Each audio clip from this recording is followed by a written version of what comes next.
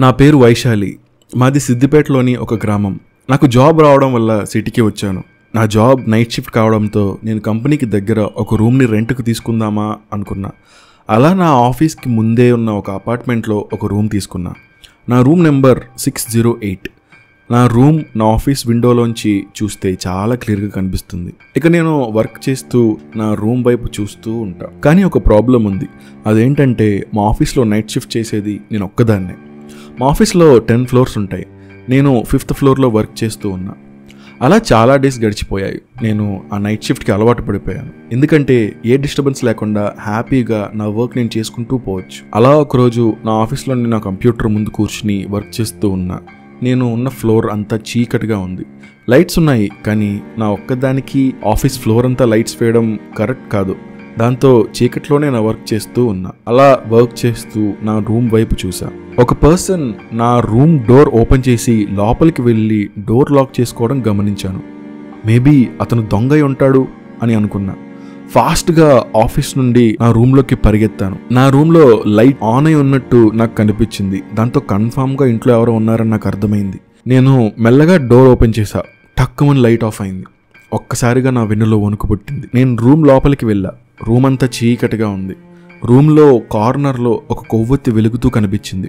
ఆ కొవ్వొత్తి మెల్లగా నా వైపు వస్తున్నట్టు నాకు అనిపించింది. వెంటనే స్విచ్ బోర్డ్ దగ్గరికి వెళ్ళి లైట్ ఆన్ చేశా. ఒక్కసారిగా రూమ్ అంతా నాకు కనిపించింది, కానీ ఆ క్యాండిల్ నాకు కనిపించలేదు. నేను రూమ్ అంతా చెక్ చేశా, కానీ రూమ్లో ఎవ్వరూ లేరు. నేను చూసింది నిజమా భ్రమ నాకు అర్థం కాలేదు. అప్పుడే నా చూపు ఫ్లోర్ మీద పడింది. ఫ్లోర్ అంతా ఎవరో నడిచిన కాళ్ళ గుర్తులున్నాయి. నన్ను ఎక్కువగా భయపెట్టిన విషయం ఏంటంటే ఆ కాళ్ళ గుర్తులు రెడ్ కలర్లో ఉన్నాయి. అలా కొన్ని రోజుల తర్వాత నేను ఎప్పటిలాగే నా ఆఫీస్లో వర్క్ చేస్తూ ఉన్నా. టైం మిడ్నైట్ 12 అవుతుంది.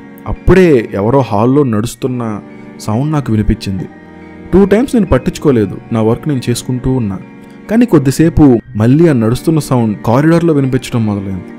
ఆ సౌండ్ నా రూమ్ డోర్ వరకు వచ్చింది. నేను వెంటనే వెనక్కి తిరిగి చూశాను. ఎవరో క్యాండిల్ పట్టుకుని నా వెనకాల ఉన్న కారిడార్ నుండి వెళ్ళడం నాకు కనిపించింది. నేను ఉన్న క్యాబిన్ రూమ్ డోర్ ఓపెన్ చేసి నా తలని డోర్ దగ్గర పెట్టి చూసా. నాకు కొంచెం దూరంలో ఎవరో క్యాండిల్ పట్టుకుని నడుస్తున్నట్టు కనిపించారు. మెల్లగా నేను ఆ పర్సన్ వెనకే వెళుతున్నా. హాల్ అంతా చీకటిగా ఉండడం వల్ల నాకు ఆ క్యాండిల్ మాత్రమే కనిపిస్తుంది. క్యాండిల్ని ఎవరు పట్టుకున్నారో కనిపించడం లేదు. అలా నేను ఆ క్యాండిల్కి దగ్గరగా వెళ్ళా. అప్పుడే ఏదో నా కాలికి తగిలి సౌండ్ వచ్చింది. ఒక్కసారిగా క్యాండిల్కి ఉన్న నిప్పు ఆరిపోయింది. అంతా చిమ్మ చీకటి. నాకు ఏం కనిపించడం లేదు. అప్పుడే ఫాస్ట్గా ఎవరో పక్క నుండి వెళ్ళిన ఫీలింగ్ వచ్చింది. అది నన్ను క్రాస్ చేసి వేగంగా పరిగెట్టింది. అది నేను పనిచేసే క్యాబిన్లోకి వెళ్ళడం నేను గమనించాను. అప్పుడే సడన్గా లైట్స్ ఎవరి ప్రమేయం లేకుండా ఆన్ అయ్యాయి. దాంతో నాకు భయం రెట్టింపైంది. ఎందుకంటే నాకు హాల్లో ఫ్లోర్లో ఏవో రెడ్ కలర్లో నడిచిన పాదముద్రలు కనిపించాయి. దాంతో నా వెన్నులో వణుకు పుట్టింది.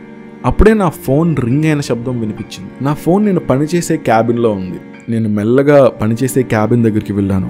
నాకెందుకో కాస్త భయంగా ఉంది. 2 మినిట్స్ డోర్ ముందే నిలబడి కొంచెం ధైర్యం తెచ్చుకున్నా. ఇక మెల్లగా డోర్ని ఓపెన్ చేశా. నా రూమ్ అంతా డార్క్గా ఉంది. నా కంప్యూటర్ స్క్రీన్ ఆన్ అయ్యింది. నేను రింగ్ అవుతున్న ఫోన్ని లిఫ్ట్ చేశా. అది మా బాస్ నా మీద సీరియస్ అవుతూ, ఏంటి వర్క్ చేసిన ఫైల్స్ అన్ని డిలీట్ చేసావని అన్నాడు. నేను నా కంప్యూటర్ చెక్ చేశా. అన్ని ఈమెయిల్స్ డిలీట్ అయ్యాయి, కానీ నేను డిలీట్ చేయలేదు. మరి ఎవరు డిలీట్ చేశారో నాకు అర్థం కావట్లేదు. అలా కొన్ని డేస్ తర్వాత మా తమ్ముడు కార్తిక్ నా రూమ్లోకి వచ్చాడు. వాడికి ఫుడ్ పెట్టి పడుకోబెట్టి నేను ఆఫీస్కి వెళ్ళాను. ఆఫీస్లో వర్క్ చేస్తూ ఉన్నా. కొద్దిసేపటికి నా బ్రదర్ నుండి ఫోన్ వచ్చింది. నేను ఫోన్ లిఫ్ట్ చేసి, ఏంట్రా ఫోన్ చేశావు అన్నా. అప్పుడే మా తమ్ముడు, నీ రూమ్లో ఎవరో ఉన్నారు, నాకు చాలా భయం వేస్తుంది అని అన్నాడు. నాకు భయం వేసి వెంటనే మా తమ్ముడిని రూమ్ నుండి బయటికి వచ్చేయమన్నా. మా తమ్ముడు 2 మినిట్స్లో రూమ్ నుండి బయటకు వచ్చాడు.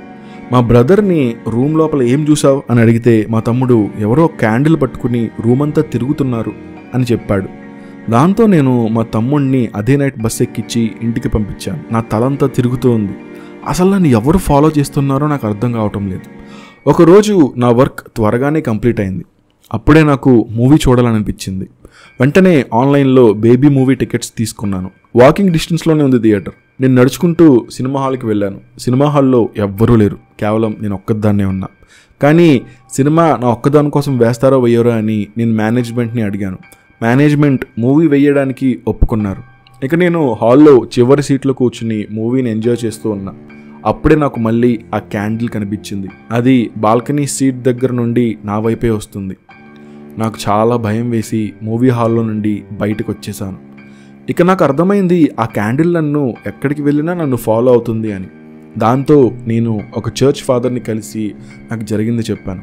ఆ చర్చ్ ఫాదర్ నిన్ను ఒక నన్ వెంటాడుతూ ఉంది అని చెప్పాడు. ఆ మాటలు వినగానే నా వెన్నులో వణుకు పుట్టింది. ఎందుకంటే 2 years బ్యాక్ నేను మిడ్ నైట్ కార్ నడుపుతూ వెళ్తున్నప్పుడు నేను అనుకోకుండా ఒక నన్నుని ఢీ కొట్టాను. దాంతో ఒక యాక్సిడెంట్ జరిగి నన్ను అక్కడికక్కడే చనిపోయింది. కానీ కేసు అవుతుందని భయమేసి ఆ నన్నని అక్కడే వదిలేసి పారిపోయా. అంటే ఆ నన్నిప్పుడు డీమన్ అయ్యి నన్ను చంపాలని చూస్తుందని నాకు అర్థమైంది. ఈ స్టోరీ మీకు నేరేట్ చేసింది Akash Ram alias horror AK. You can follow me on Instagram.